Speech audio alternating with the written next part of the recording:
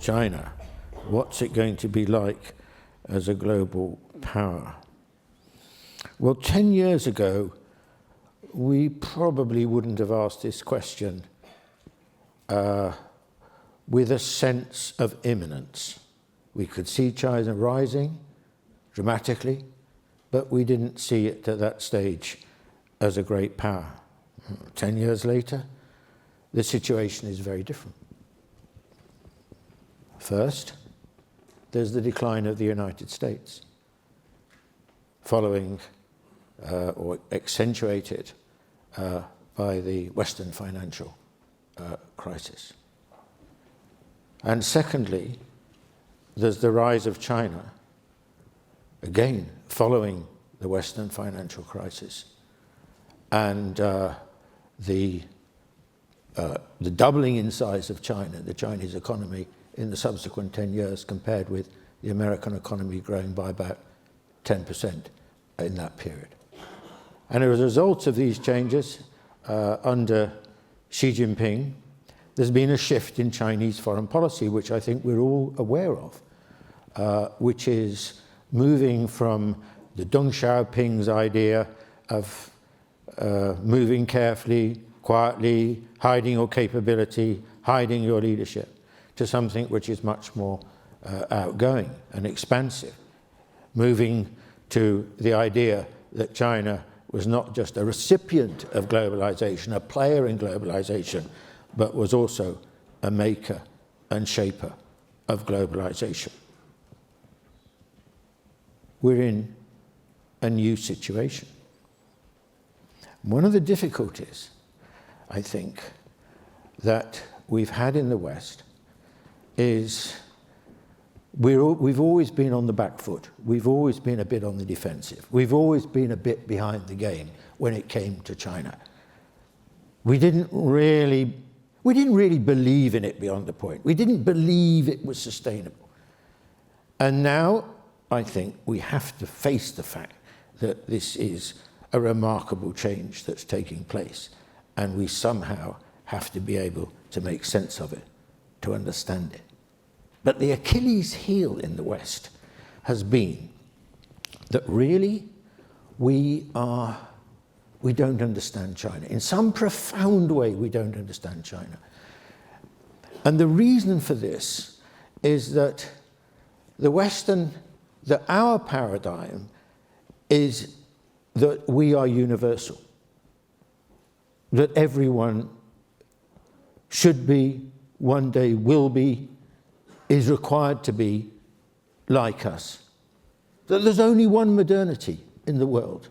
It's our modernity. Now, frankly, this is no longer a sustainable position. It hasn't been a sustainable position for a while, but it's absolutely not sustainable any longer in the world, because we see not only the transformation of China, but so many developing countries which do not come from the same historical, political, cultural roots as the West. And we have to now try and understand, in this context, the difference that is China. China has never been like the West. It isn't like the West. And it never will be like the West. I don't mean that there aren't connections, similarities, and so on, but there are some fundamental differences which are enduring differences. Now, I want to make 3 points in this context. The first is that China, we think of countries being essentially nation states. But China is not in any simple way a nation state. China, this was at the beginning of China, these rather crude maps I've got here, but 2,000 years ago, over 2,000 years ago, the beginning of China as a polity. The Han Dynasty, still over 2,000 years ago, you can already see is occupying a large part of the eastern part of China. It was only at the end of the 19th century when China got into big, big trouble and became very divided occupied in parts, that China finally conceded that it should be a nation state. In other words, it adapted to the then European norms of the international system.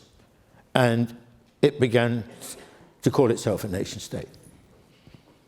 So, you know, that's what, 120, 130 years ago, something like that? That's a sliver of time when you consider a 2,000-odd year history of China. So to understand China, we've got to understand it, in my view, primarily not as a nation state, primarily as a civilization state. That its inheritance is a civilizational inheritance. That ideas about the relationship between the state and society, Confucian values, the role of the individual within Chinese society, traditions like guanxi, a certain type of relationships networks in China, or even Chinese food for that matter, Chinese language, are civilizational inheritances of China which way predate the period of it being a nation state. So China is a civilization state and a nation state, and this marks it out, I think, in all sorts of ways. If we tease the different aspects of China properly, tease out the differences that China is about. And there's another example of this, and you know, China, of course, is huge. Those 4 provinces of China have a bigger population between them than that of the United States. But the point I want to make here is that we think of China as often, you know, a very centralized country run from Beijing and so on, which isn't true, actually. It would be impossible to run a country the size of China, 1.4 billion people nearly, from Beijing. China has many different customs, many different cultures, although its primary language is Mandarin, many different languages spoken, and so on. And so China learnt over a long historical period, pre-communist period, I mean, I'm talking about the Imperial Period, that the only way that China could really operate and could hang together was if it was on the basis of a certain sort of respect for difference, if you like, or to put it another way, one civilization, many systems. And so, for example, this lives on today. If you look at the handover of Hong Kong in 1997, Deng Xiaoping's idea was one country, 2 systems. Very different way of thinking to that of a nation state, drawn from the tradition of Chinese civilization. A nation state would never think like that. I mean, German unification, it was one nation, one system. That's our tradition in the West. That's where it comes from, our history. Likewise, the tradition of one country, 2 systems comes from a different civilizational tradition. So this is very fundamental. Or take another crucial difference about China, which is the relationship between state and society. Now and I understand this, and you know, I've been through this myself, we think of governance in countries as essentially about universal suffrage, multi-party system, and China doesn't have that. And for that reason, we've long believed in the West that the Chinese system, as we know it today, is unsustainable, is illegitimate.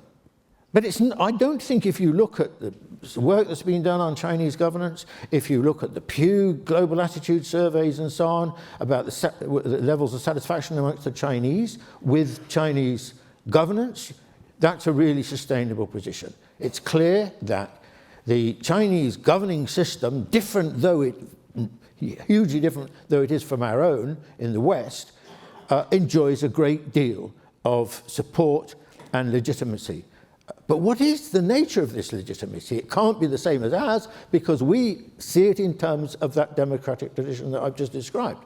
Now, in China, the difference is, I think, crucially based on 3 factors. First of all, the state is seen as the guardian and the embodiment of society. This is inconceivable that this would be the case in the United States, but in China it is the case, and it goes back a long time. We're not just talking now about periods since 1949, we're going back 2,000 years for this tradition. Secondly, the idea of governance in China is drawn powerfully from the notion of the family. I mean, Confucius' idea of the role of the emperor was that the emperor should model himself on a good father. It was a patriarchal tradition, of course, then. And so it was a family unit that acted as the microcosm, if you like, of China as a country. Or thirdly, the tradition of meritocracy, the importance of meritocracy, which goes at least back to the Tang dynasty, 1500, 1600 years ago. So these are things which together, the Chinese see governance in a different way to the way we see it. And it can be, as we've seen, extremely effective. And the third and the final difference, which brings me to the subject of my talk tonight, is China's place in the world, China's role in the world. Now,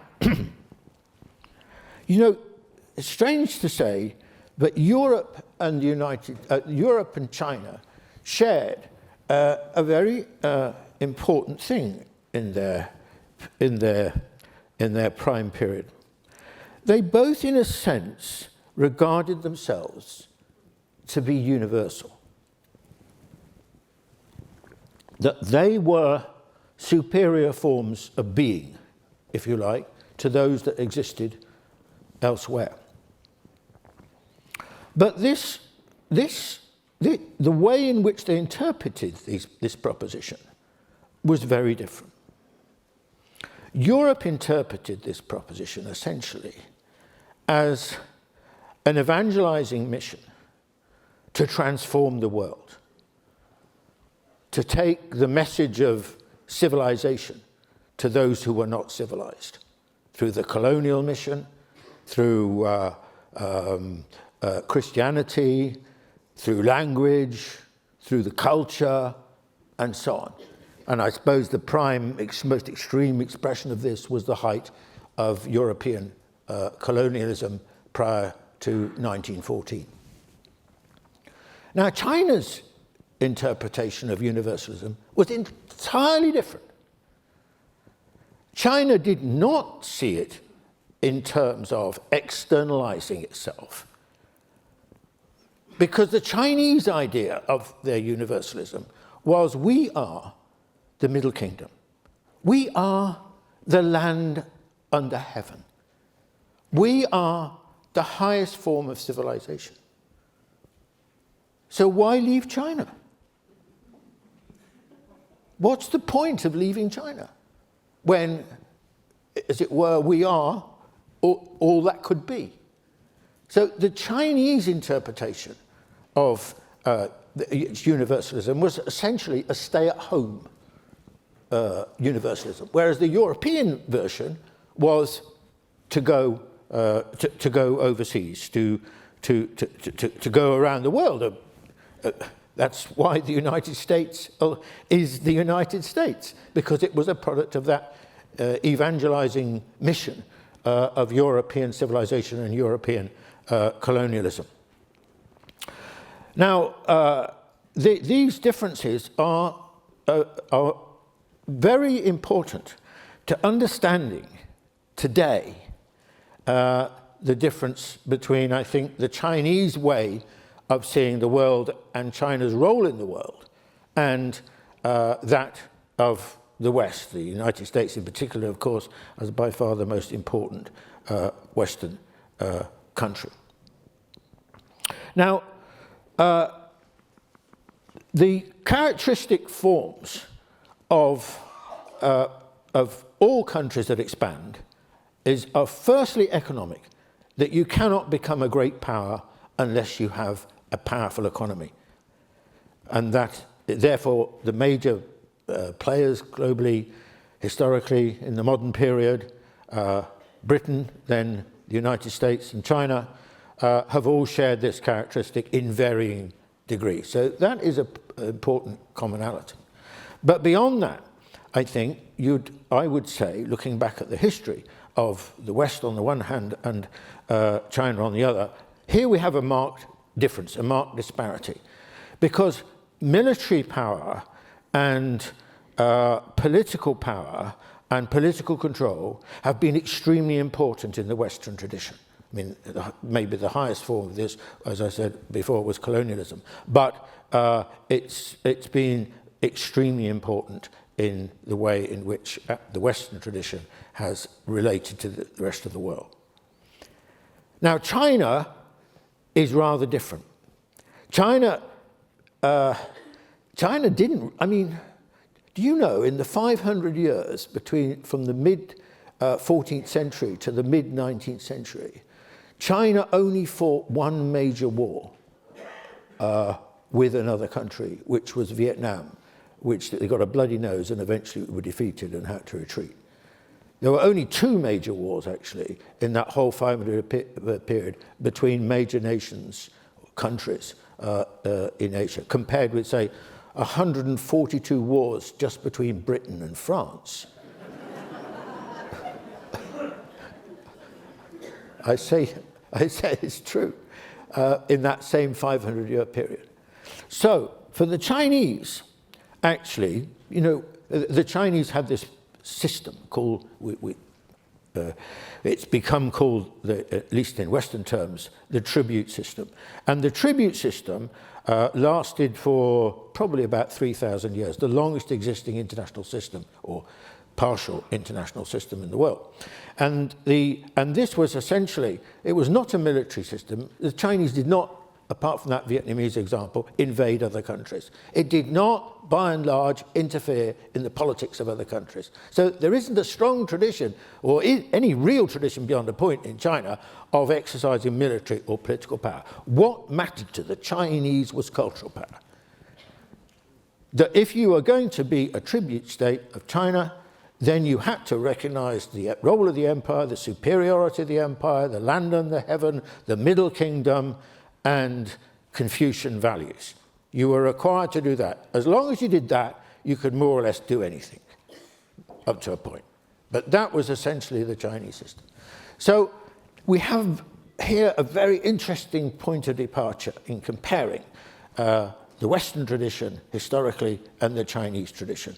Strong emphasis on military and political power in the Western tradition, strong emphasis on cultural power in the Chinese tradition. The economic power is shared, but it's also, I think, got to be said that in the future, Chinese economic power, because of demography, is likely to be much greater than anything we've historically seen, much greater, relatively speaking, than compared with the United States, even in its prime at the end of the 40s and 1950s. Okay, so this brings me, slipping through history, to the present. What are going to be, I can't cover all this ground, obviously, because there's a lot of things to say, but let's say, if I've got time, the 7 key characteristics or elements of China as a global power. Of course, they are, well, partly they're rooted in a reality, we can already say, partly I'm speculating, and who knows whether I'll be right or not. My first point is indeed about China's economic power. And I think that, well, we have to recognize, and I think we do recognize, that China's economic transformation has been remarkable. Even now, well, as of 2015, it already represented 15% of global GDP. And I think the figure now is something like 16 or 17% of global GDP, which is remarkable given in 1980 China represented about 1% of global GDP. And the prospects, well, who knows whether this will become true, but these are some figures from Huangong at Tsinghua University, and this is based on GDP measured in terms of primary purchasing power, not exchange rates. It would be different if it was exchange rates. But in 2030 or 2035, these projections are always speculative.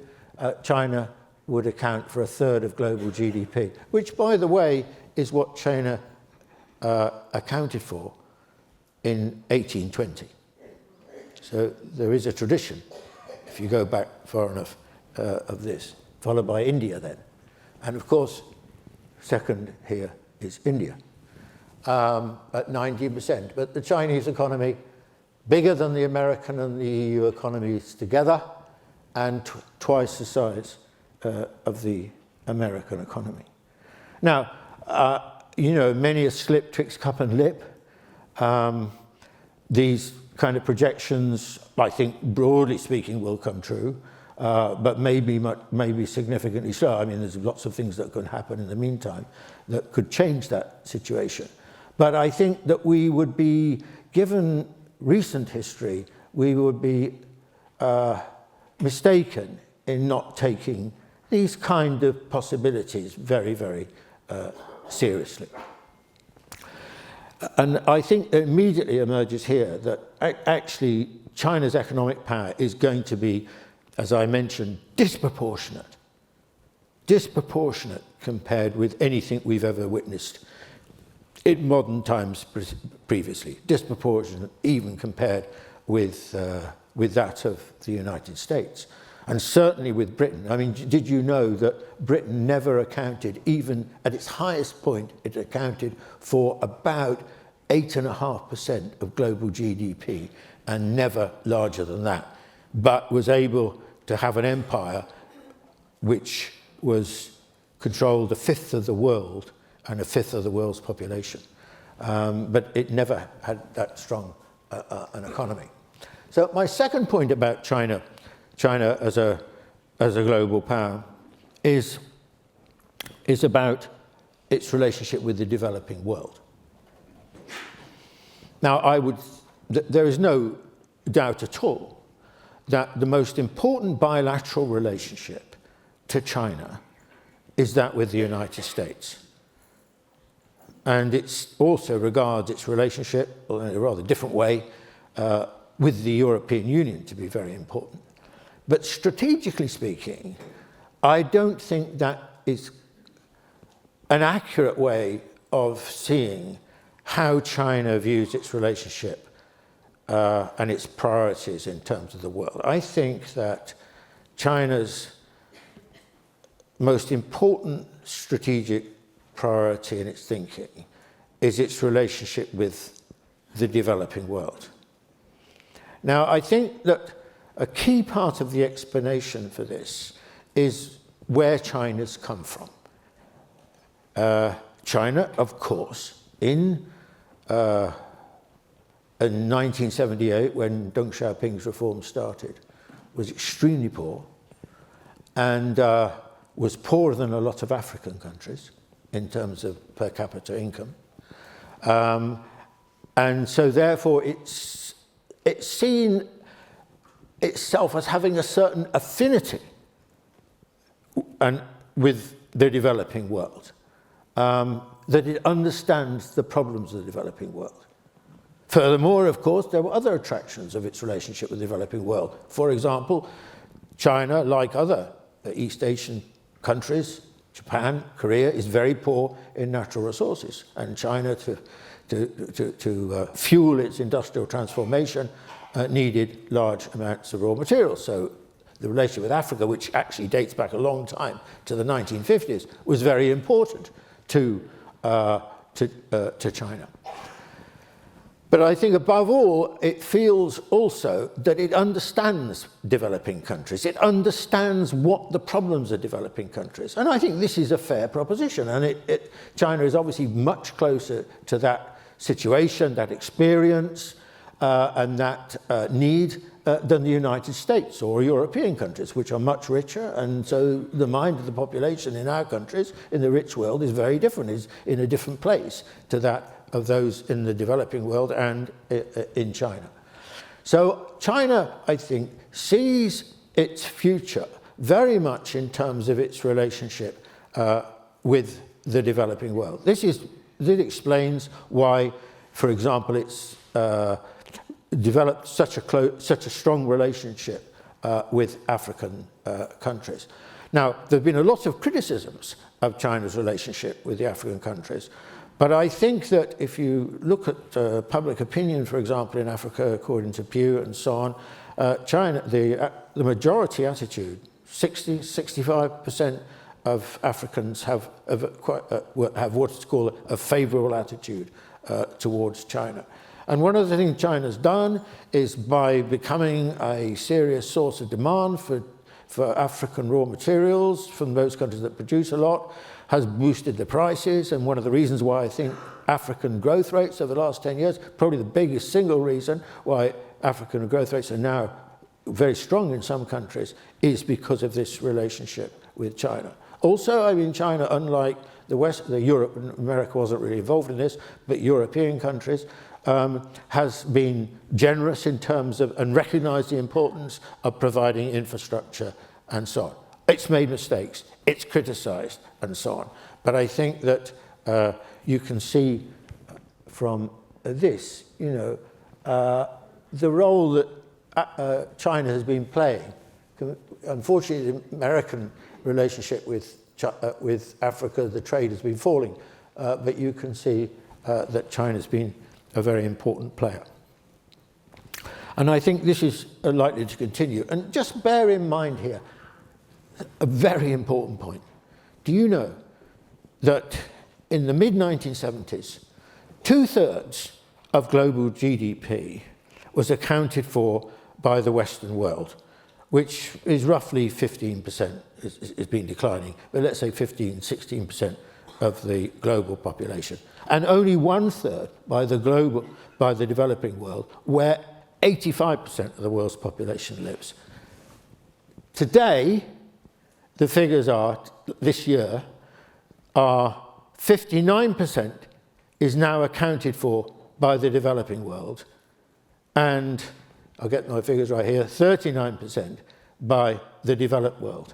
And the projection for 2030 is that the developing world, called South here, will account for 67% of global GDP and only 33% by the rich world. So China's relationship as a very populous developing country itself, but now an upper middle income country, you can see, thinking of the future, how important this is going to be to China as a great power. Third point, Belton Road.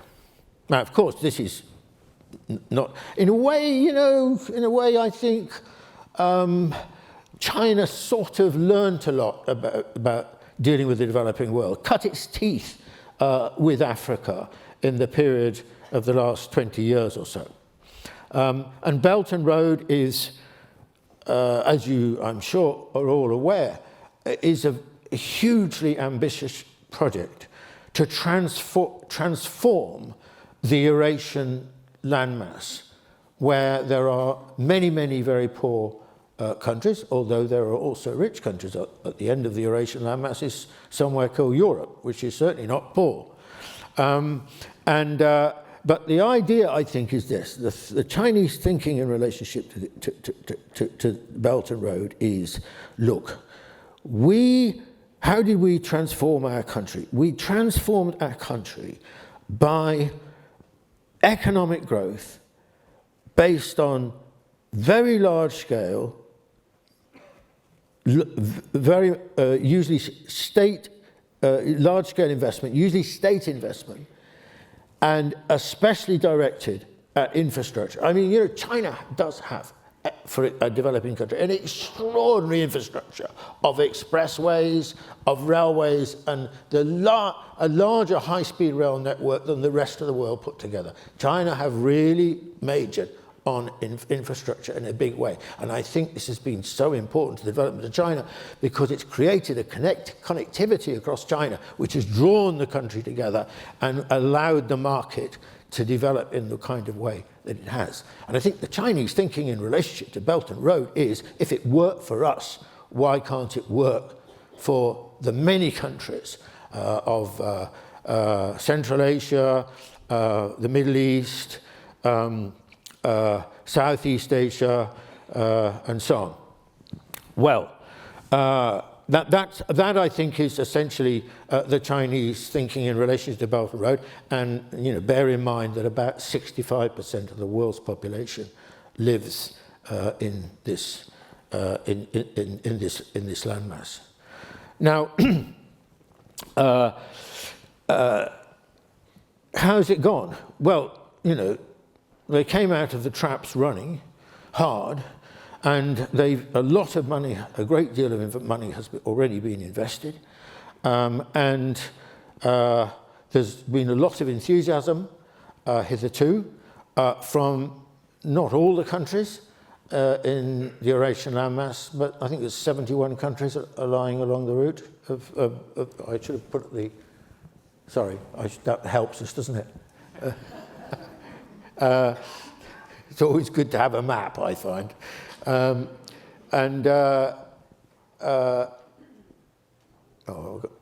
Okay.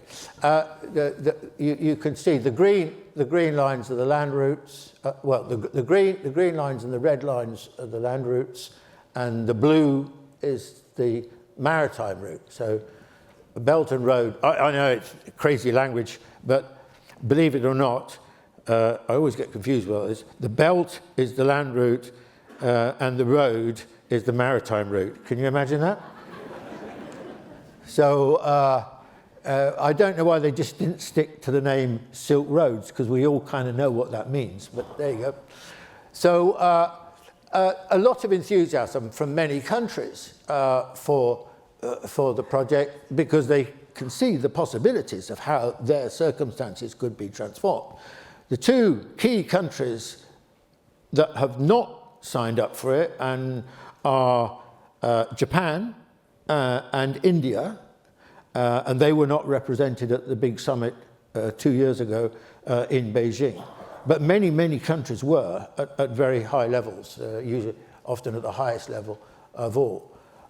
Western Europe was represented, most governments, but not at the highest level, usually.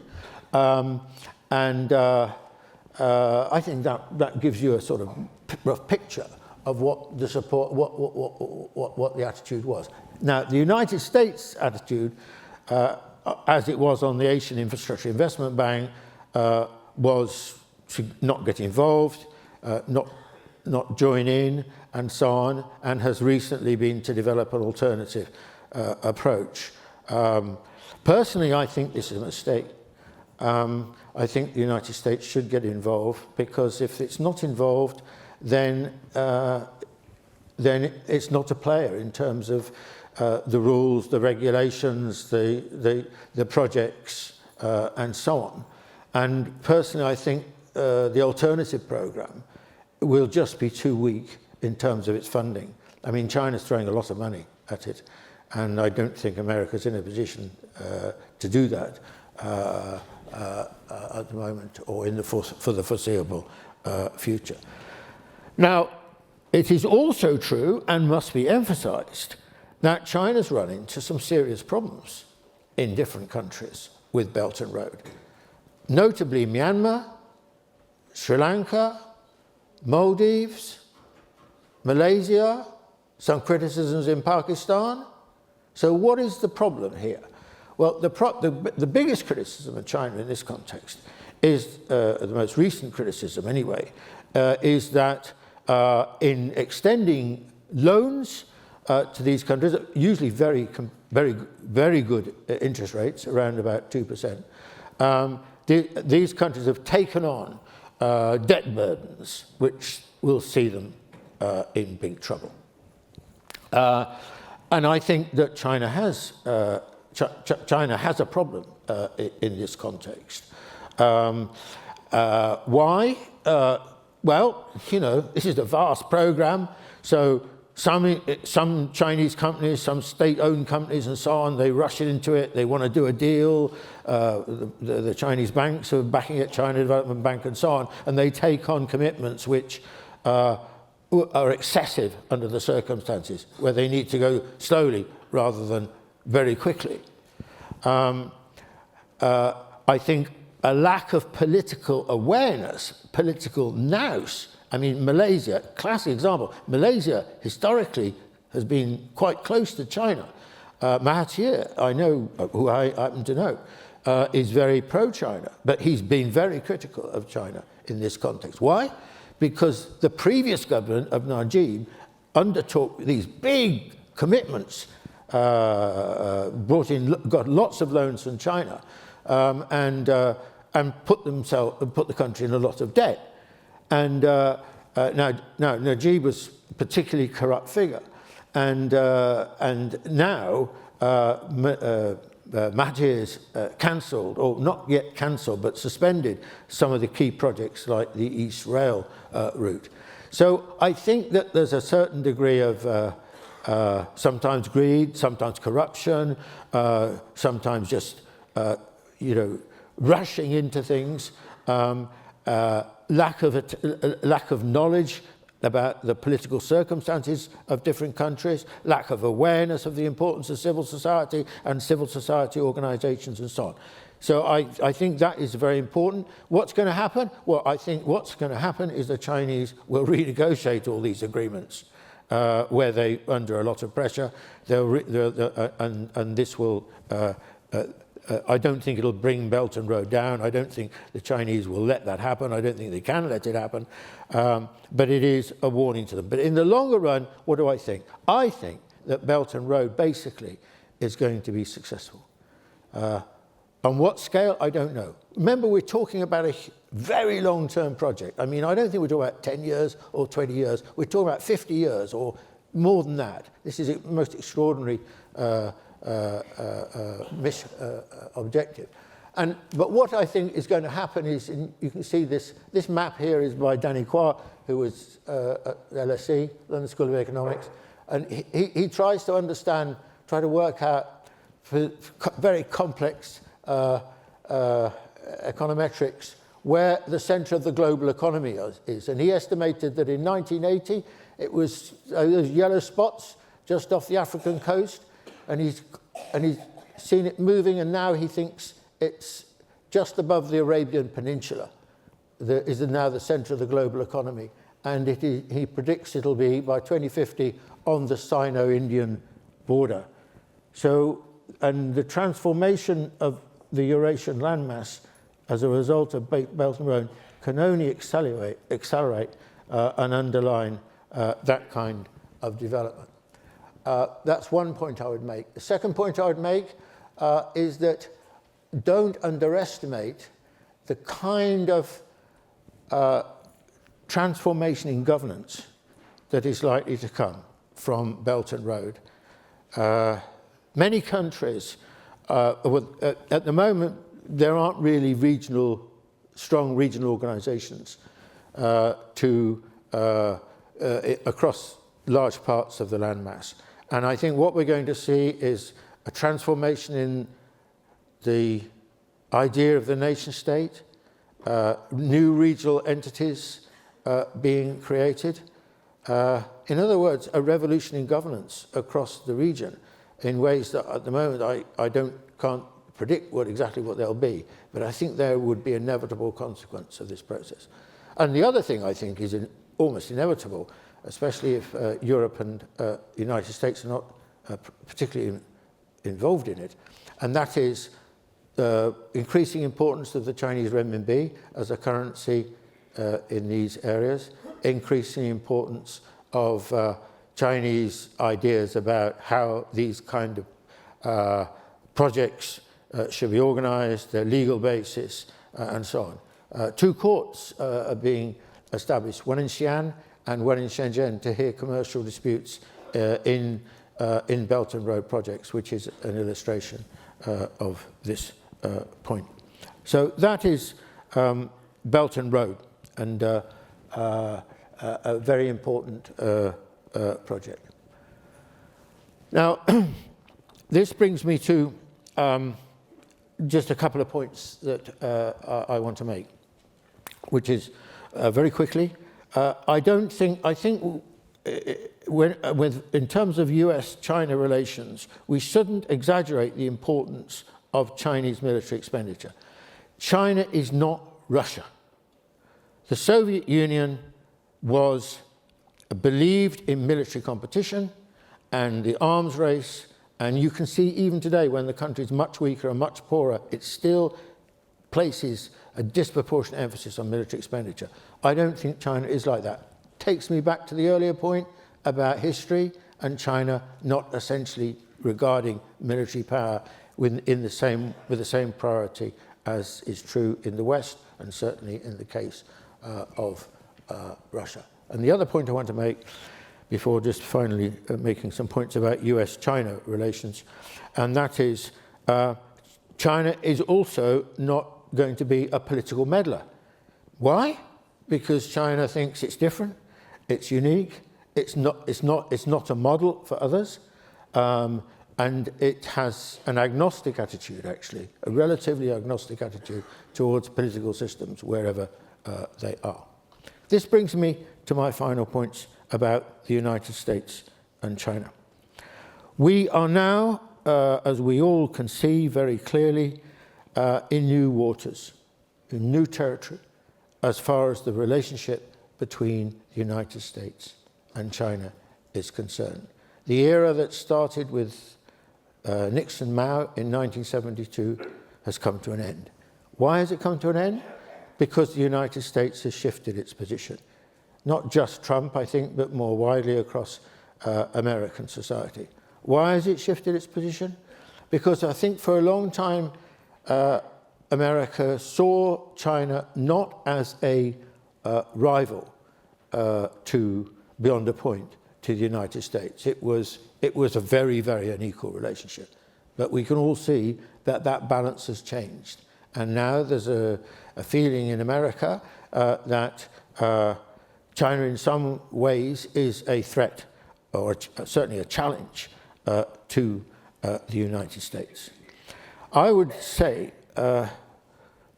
first, that it is impossible for the United States to stop the rise of China, unless we're talking about nuclear war, but then we're all dead anyway. The rise of China is one of these great, quite unusual historical moments of a fundamental transformation taking place in the world. I mean, the rise of Europe and the decline of China in the 17th and 18th century was also one of these great historical trends, historical periods. The United States cannot stop the rise of China. This is impossible. So it has to try and find a way of relating to China in this new context. Second point I want to make. The problem of the relationship between, the competitive relationship between China and the United States is not fundamentally about trade. It's fundamentally about innovation. Now, there has been a very strong view in the West that China was not capable of serious innovation, that China was good at copying, good at imitating, but when it came to creative change, radical change, China would not be able to succeed. Now, I think this was a profound misconception.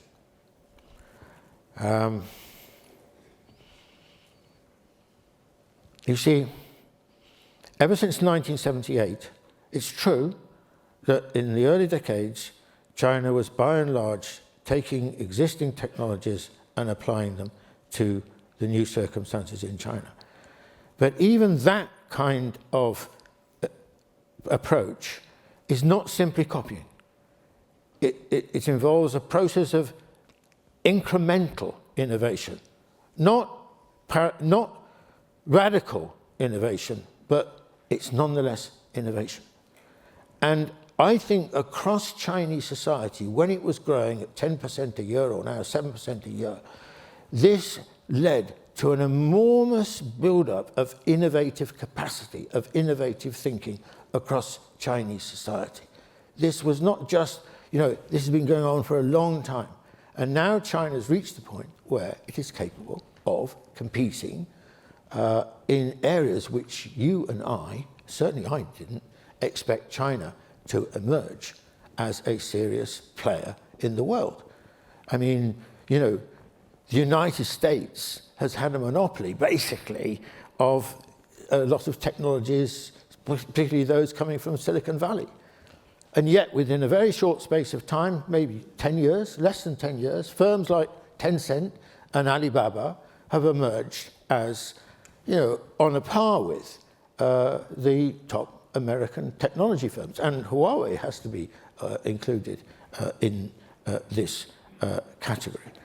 So China's rise, economic rise, is going to be a formidable challenge to the United States. And the only way that I think I think it's a mistake for America to react in a protectionist way to this. I mean, I'm not saying don't do any protection whatsoever under any circumstances, but in general, the danger of protectionism is that you withdraw. It's a defensive response, when in fact, basically, for example, it's very, very important that American firms are competing in China because China is becoming such a competitive, ruthlessly competitive and dynamic economy. So you have to be part of it to learn from it, because learning is going to be very important in relationship to how we in the West respond to the rise of China.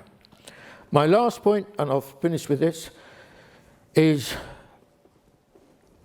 the key question, I think, for us in the West is, and particularly for the United States, is to find a way of relating to China based on a different assumption.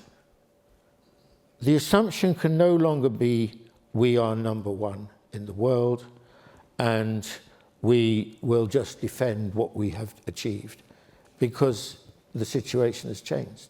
China is a serious competitor in many fields now to the United States. So we have to do what my country has not been good at, my country being Britain, which is learning to live in a world which is not the same as we've lived in for a long time. And we've found it very difficult in my country. The Brexit debate is a fantastically good illustration of this. We found it very difficult to move on. And I think the great challenge for the United States will be how to live in a world where China is a peer competitor. What are the forms of cooperation and what are the forms of rivalry? This is the question raised in Thucydides's Trap by Graham Allison. How does the United States deal with this challenge other than putting up the barriers and threat and becoming more military, for example, as a response? This isn't going to work. This cannot be the future. So this is the great challenge that faces the West, particularly the United States, in response to the rise of China as a great power. Thank you very much.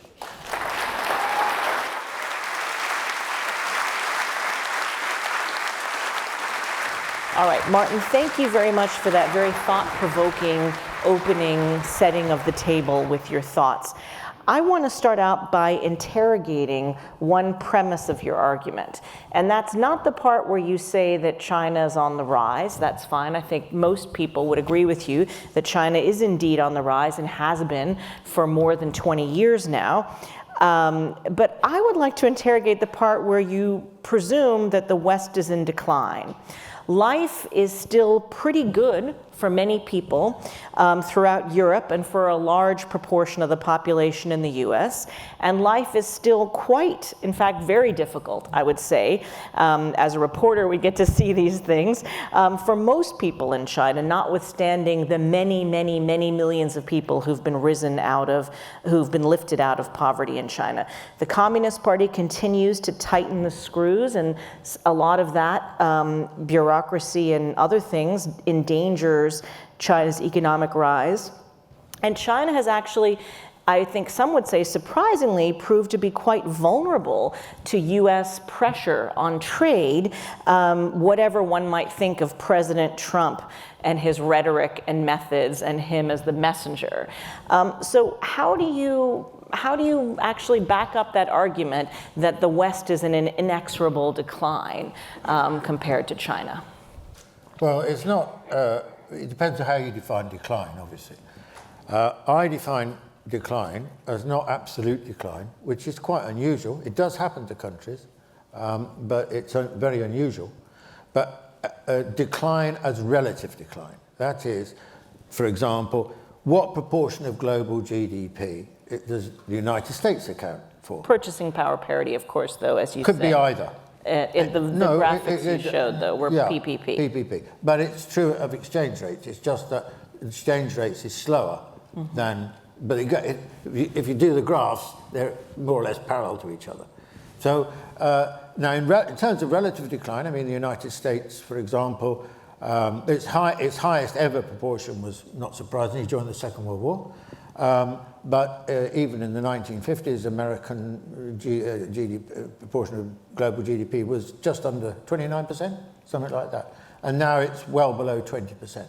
That is a very significant decline. Now, it doesn't mean that American living standards are falling, because by and large, for most people, but not all people, as we found from the politics of the last few years, but basically, American life has got better.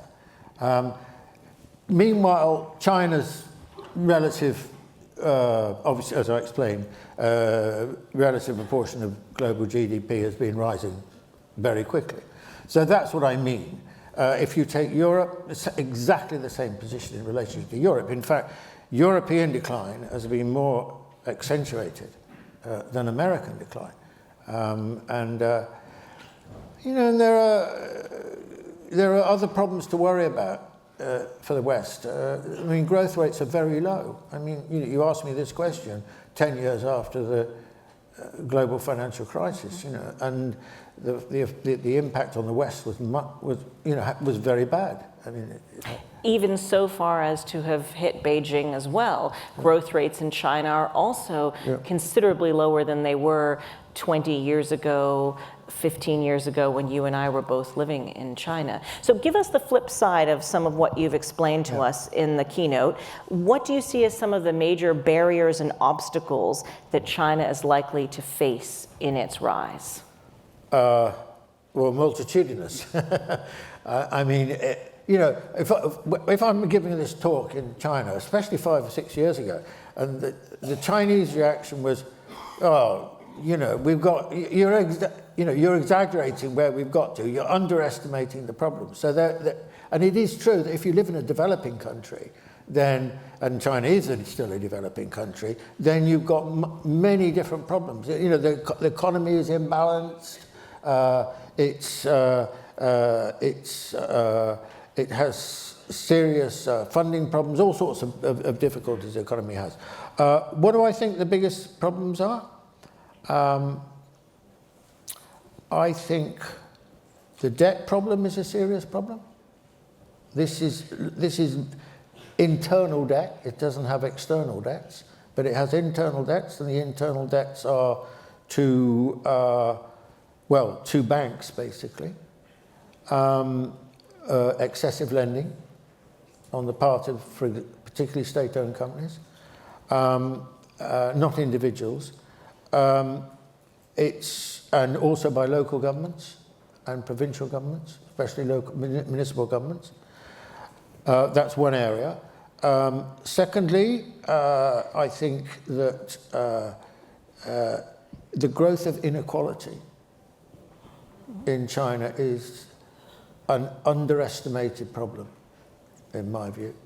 And the divide between rural and urban, interior and coastal. Well, yeah, I mean, this is part of the problem of a developing country, because the way Deng Xiaoping's strategy was a sort of spatial strategy in a way, which was let's develop the south, the coastal regions, which is, Guangdong, near Hong Kong, Guangdong province, Fujian province, and then up east, eastern coast, Shanghai, and so on.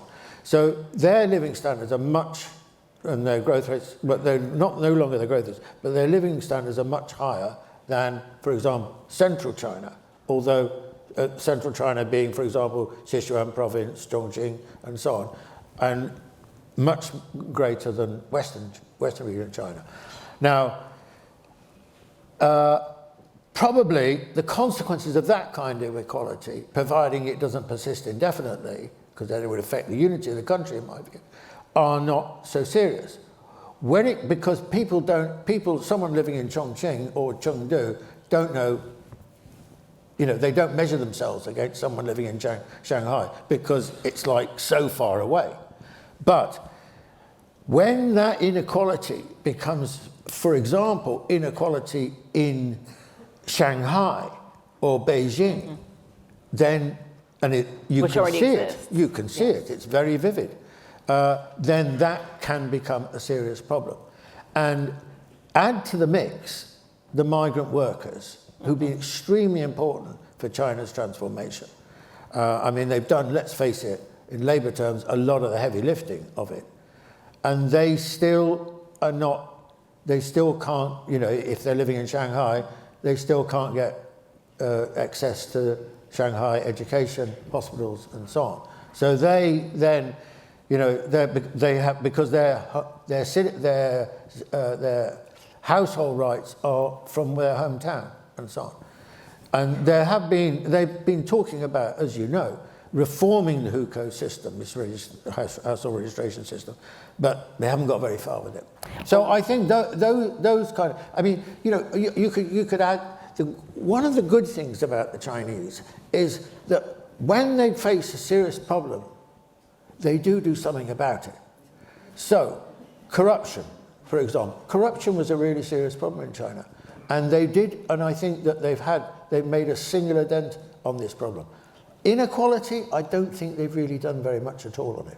Well, I'm looking forward to tomorrow. Our first speaker is an expert on the Chinese bureaucracy, and I'm sure we're going to press her on how much of the corruption push is corruption versus elite Chinese bureaucratic politics, because we could have a whole conversation about that. Also, the economists who are going to be joining us throughout the weekend can tell us about the Gini coefficient and all the relative inequality, so we'll hear a lot more about it. All right, let's start out with some of our questions here in the audience.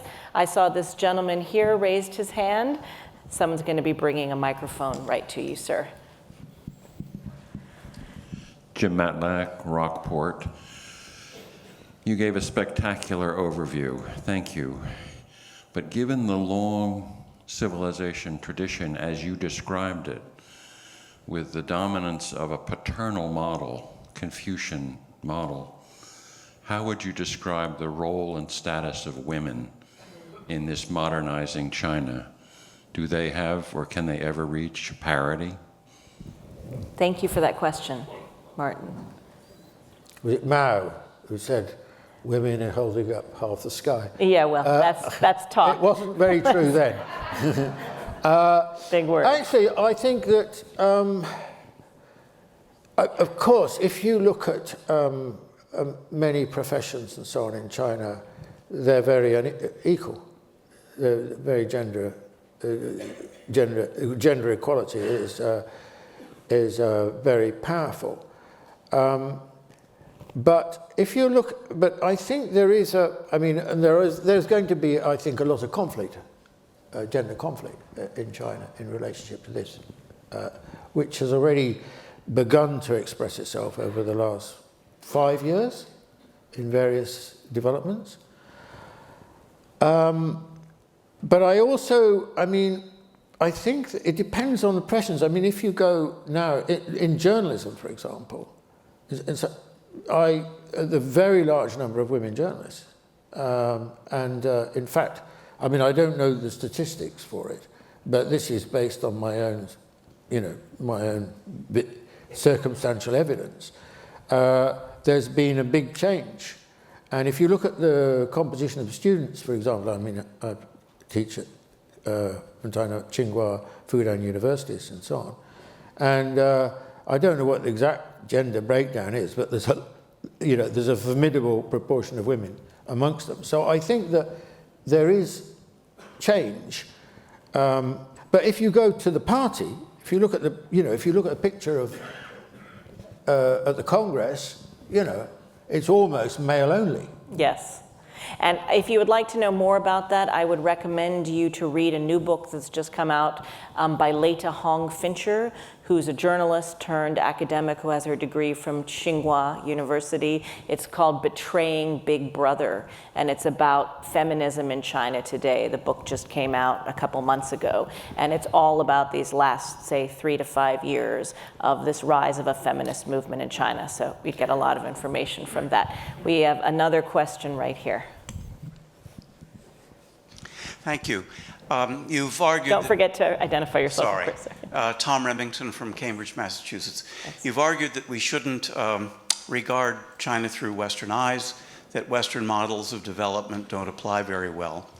If you accept the premise that Marxism and Marxism-Leninism are a Western import, what do you think is the future of communism, the ideology, the Communist Party, especially given that Xi Jinping is intensifying China's commitment to communist ideology? Oh, great. We got a political science question there. The unacknowledged Western import. Well, you're right. Clearly, Mao and the Chinese Communist Party, was founded on the basis of the Marxist tradition at the same time as most communist parties were founded.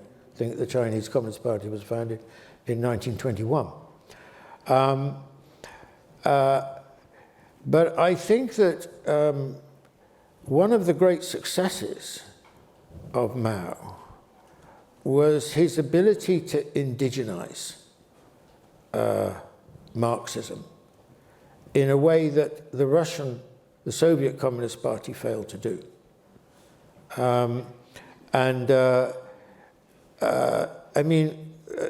one of the consequences of this was growing friction, which we should not forget, between the Chinese Communist Party and Stalin and the Soviet Communist Party later on as well, leading to the breach at the end of the 1950s between them.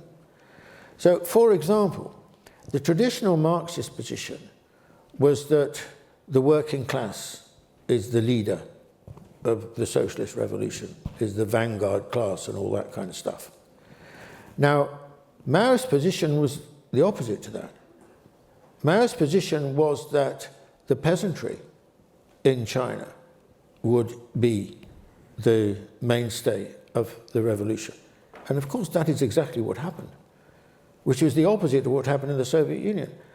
And one of the reasons why the Russian Communist Party, from immediately after the revolution, was in big trouble, was because it represented such a minority of the population. So it was very dependent on authoritarianism.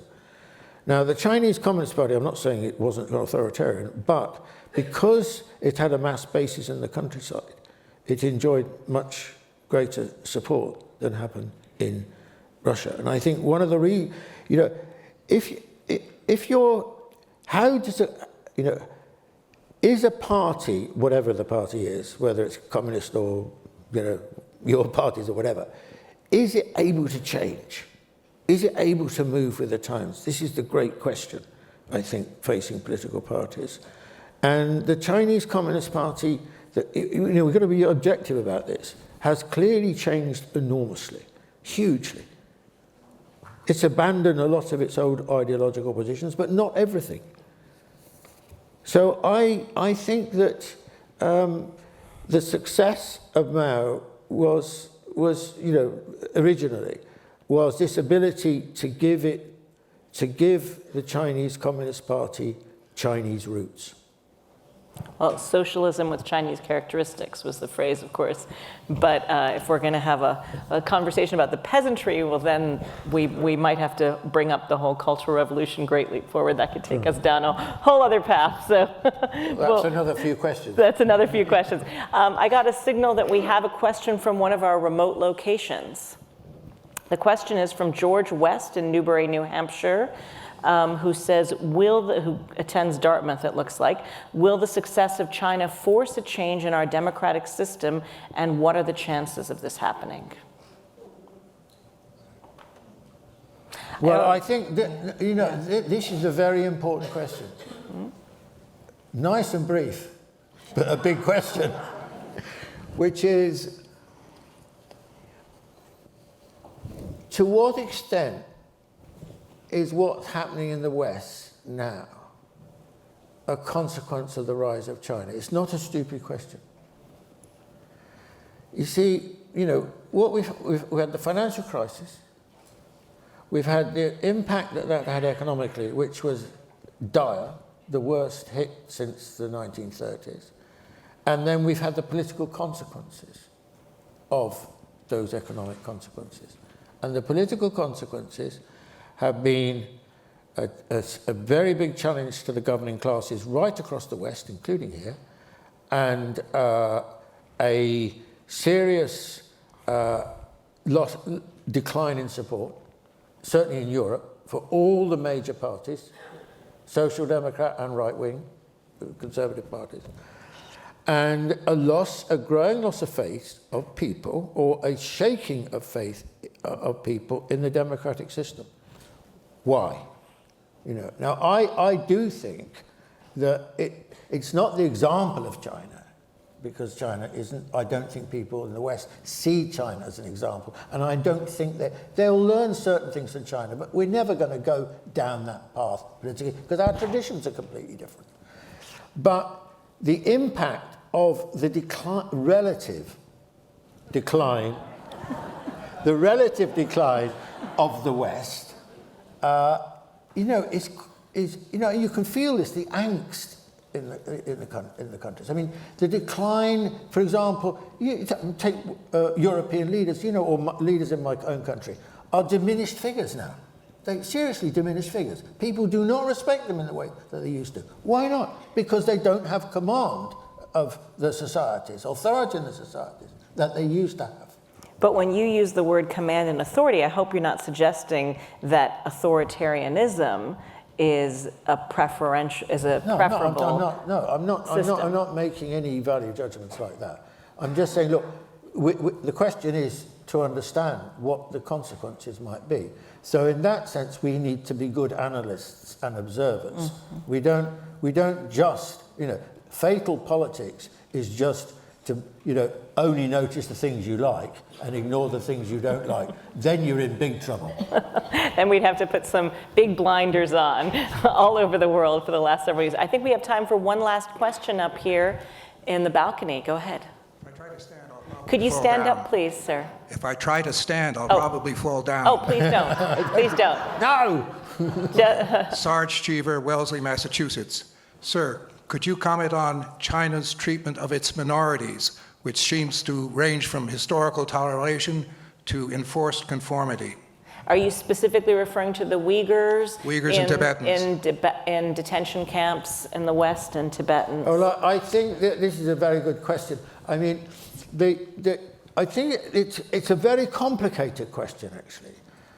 The reason it's complicated, in one sense I think for me it's simple, and in one sense it's very complicated. The complicated part of the question is, look, China is an extremely diverse country. Extremely diverse. Many, many different ethnic and racial minorities. But the most extraordinary feature of China is the way in which, over a very, very long historical period, the great majority, well over 90% of the population, by general agreement, have come to regard themselves as Han. So the Han is, of course, ultimately race, ethnicity is a cultural question, not a physical question. But now and they embrace many, many different different people. So many minorities now regard themselves to be Han. And that's not through repression. That is through the process of, Sinicization, if you like, over a very, very long historical period.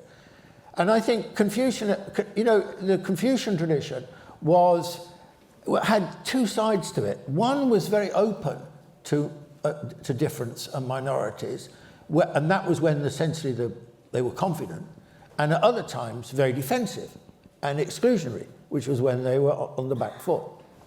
So I think in many ways, I think China is, I'd say, has ethnically been a very successful country.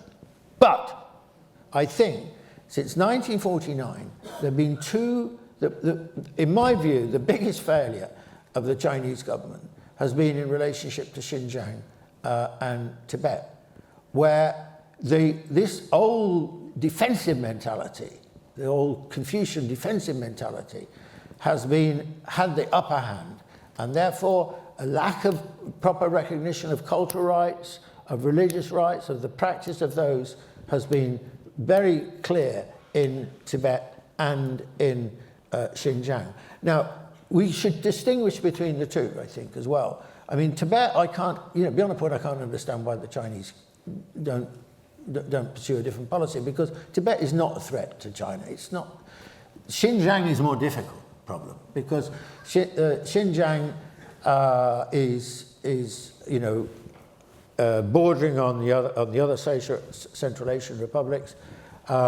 There is a serious terrorist problem. And I was in Urumqi about 4 years ago now, which is the capital of Xinjiang province, and it did remind me of my visits to Belfast and Londonderry during the Troubles, because there were sort of semi-armed patrols and vehicles and so on all over the place. And so it was clear that there was a serious terrorist problem. Although one wonders whether that feeling is also caused by the repression. The figure that you used of 90% of people feeling happy to be Sinified, I'm not sure where that figure comes from. I can certainly say traveling in Xinjiang and in Tibet and in minority areas in southern China, in Yunnan province, for example, those minorities don't feel Han, and they feel sad that their culture is being suppressed. And I'm thinking of Naxi culture, Dongba culture. I mean, as a reporter, that's the observation. So I'm curious where the 90% figure came from. I don't think it's true in a province like Yunnan and so on. It's repressed. I mean, No, not repressed at all. See, not repressed. What happens with industrialization and modernization is customs do get lost. Mm-hmm. It's not a question of political repression. It's a question of the way in which commercialization, for example, of people's lives and so on, leads to the loss of certain forms of customs and identities. And that has been true. That's not just true of China. That's happened rampantly across the West. Mm-hmm. We may loss of languages and so on. We may very much regret this, but it's not an easy thing to deal with. What I'm talking about, and I think the question is directed at this, is what about clear political and social repression of people? Okay, and that is a different right. question. And I think this is a big problem. I don't go along with all the stuff that's been said about what's happening in Xinjiang. I don't think that is necessarily exactly what's happened. But I do think the Chinese, over quite a long period, have got the treatment of the Uyghur and the treatment of the Tibetans wrong. Mm-hmm. And is there a solution to that? Is there something? Do you see a way? Because I think the questioner seemed to be asking, why are they doing this? Is there a way that China can be convinced that these are not threats to them, these large minority populations? And I don't know if in Urumqi was that, because I haven't been to Urumqi in the last 4 years. I don't know if that feeling of Londonderry, Belfast, which I didn't know during the Troubles, I was never there, was that because those people were politically repressed?